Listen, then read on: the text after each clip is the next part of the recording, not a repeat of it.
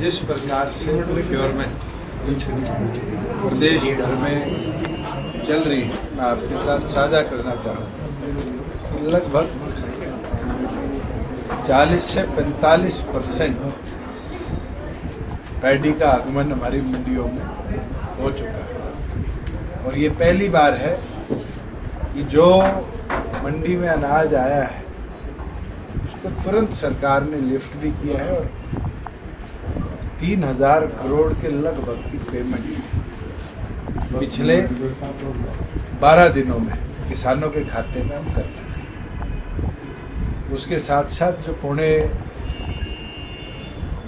3.25 लाख किसान बाजरे की फसल के लिए रजिस्टर कर रहे थे, हमारी सरकार ने ये निर्णय लिया था कि 600 रुपये प्रति कुंटल उनको भी डीबीटी के माध्यम से भावांतर भरपाई करी जाएगी, जिसके अंदर भी आज तक लगभग 25 से 26 हज़ार फार्मर्स के खातों में 600 रुपये प्रति कुंटल हमने पुश करने का काम किया है।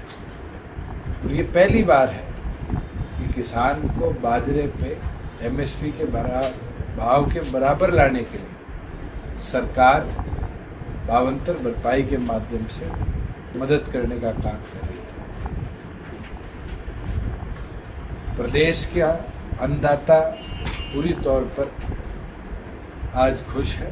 एक समस्या हमारे संज्ञान में आई थी कि खाद की किल्लत महेंद्रगढ़ और रेवाड़ी जिले में हमने 3 रैक्स जो 14, 15, 16 को हरियाणा के अलग अलग कोणों में जाने थे उनको डाइवर्ट किया है और जहाँ जहाँ सरसों की बुआई अभी होनी है, प्रायोरिटी है कि खाद पहले वहाँ पहुँचाई जाए और फिर जैसे जैसे आगे खाद आएगी गेहूं की बुआई के क्षेत्र में भी उसको भेजा जाएगा। तो आपके माध्यम से भी तमाम कृषि क्षेत्र से जुड़े लोगों से आग्रह करता हूँ कि घबराने की जरूरत नहीं।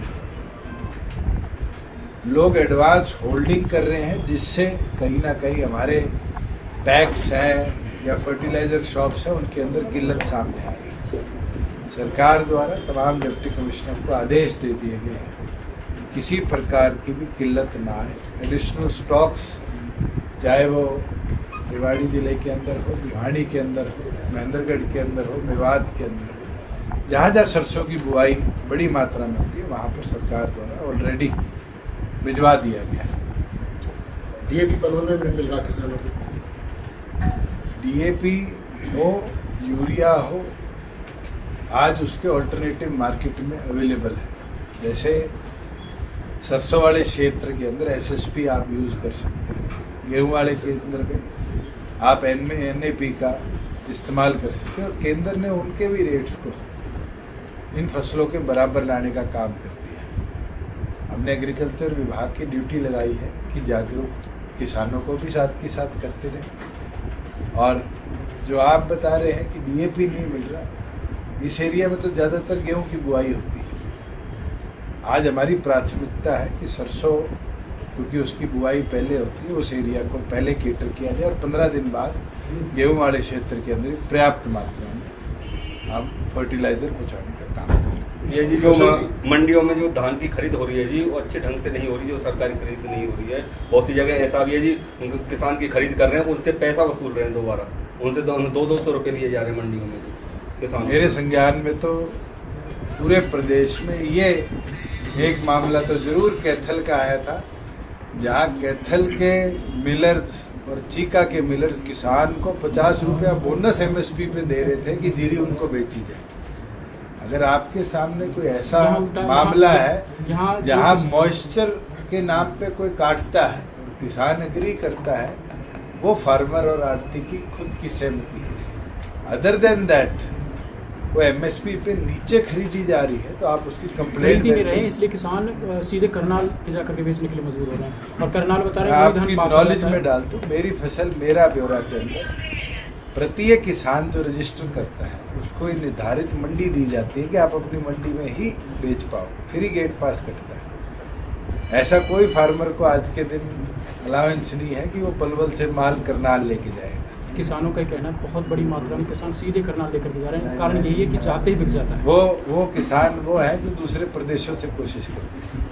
दूसरी SISF जो भर्ती थी हुड्डा जी ने करती थी 2004 में, बीजेपी ने वो कर ले लिया। आपने वादा किया था उनके लिए कुछ करने के लिए। ऑलरेडी HISF के सारे जवान आज SPO के तौर पर भर्ती है। हमने तो उनके साथ साथ अब ये परमिशन और दी है कि जो ग्राम सहायक थे जिनको कांग्रेस राज में निकाला गया था, अब उनको ग्राम सचिव के तौर पे SPO की तर्ज पर हम लेने का काम करेंगे, जिससे जो हमारी एक बहुत बड़ी वैकेंसी है ग्राम सचिवों की, उसको हम फुलफिल करेंगे। पंचायत चुनाव कब करा? जैसे हाईकोर्ट के अंदर जो अपील पेंडिंग है उस पर निर्णय हाईकोर्ट करते हैं, हम तो तैयार हैं अगले दिन करा लेंगे। खामियां जानबूझ के की गई है ताकि कोई विरोध करे कोर्ट में जाके। जो 50% महिलाओं का आरक्षण दिया तो पहले से पता तो होगा, विरोध भी होगा इसका। अब विरोध करने वाले से पूछो क्यों विरोध कर रहे हैं। वो तो कह रहे हैं दूसरे एक तो आपका पूर्व मंत्री है, उसका छोरा लगा हुआ है। ये तो वो लोग हैं जो कहीं ना कहीं महिलाओं को बराबरी पे आने नहीं देना चाहते।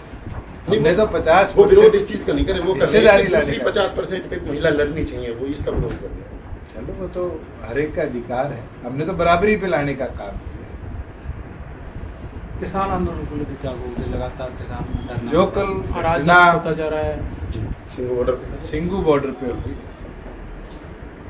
बड़ी निंदनीय घटना है, और जिस प्रकार से संयुक्त किसान मोर्चा ने इससे अपने आप को अलग किया, ये दर्शाता है कि अब उनकी लीडरशिप जो क्वालिटीज थी वो भी कहीं ना कहीं खत्म हो गई।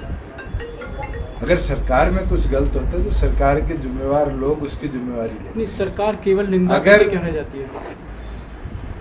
कोई पार्टी में होता है तो पार्टी का मुखिया उस चीज को मानता है। ये आंदोलन 40 यूनियंस द्वारा चलाया गया, उनके द्वारा निमंत्रण देकर लोग वहां, और इस तरह का एक बारबेरिक एक्ट इसको बोले, जहां एक आदमी के हाथ पांव काट दिए गए, उसको टंगा दिया गया, एक व्यक्ति उसके अंदर अरेस्टेड है। फॉरेंसिक टीम ने वहां जांच करी है, इन्वेस्टिगेशन अंडर प्रोसेस है, और एक नहीं जो इस पूरे प्रक्रिया के अंदर इन्वॉल्व मिलेगा सख्त से सख्त कार्रवाई हम तो करेंगे। मगर मैं तो उन 40 नेताओं से ये आग्रह करता हूँ कि अब समय आ चुका, आप भी सच्चाई का साथ दें, आकर बताएं कि ये घटना क्यों हुई और इसका रिस्पॉन्सिबल आदमी कौन था। ये ना कहते हुए कि हम इससे अलग हैं, हमारा दोनों पार्टियों से कोई लेना देना। दुष्यंत जी, किसानों की मांग क्यों नहीं लिया जा रहा है? किसानों की मांग मान लें तो शायद ये। मैं आपसे पूछता हूँ, आज ये सवाल मेरे से पूछा गया कि झाड़सा गांव में कल हमारे पुतले जलाए गए दशहरे पे। झाड़सा गांव में 1 इंच जमीन भी खेती की थी।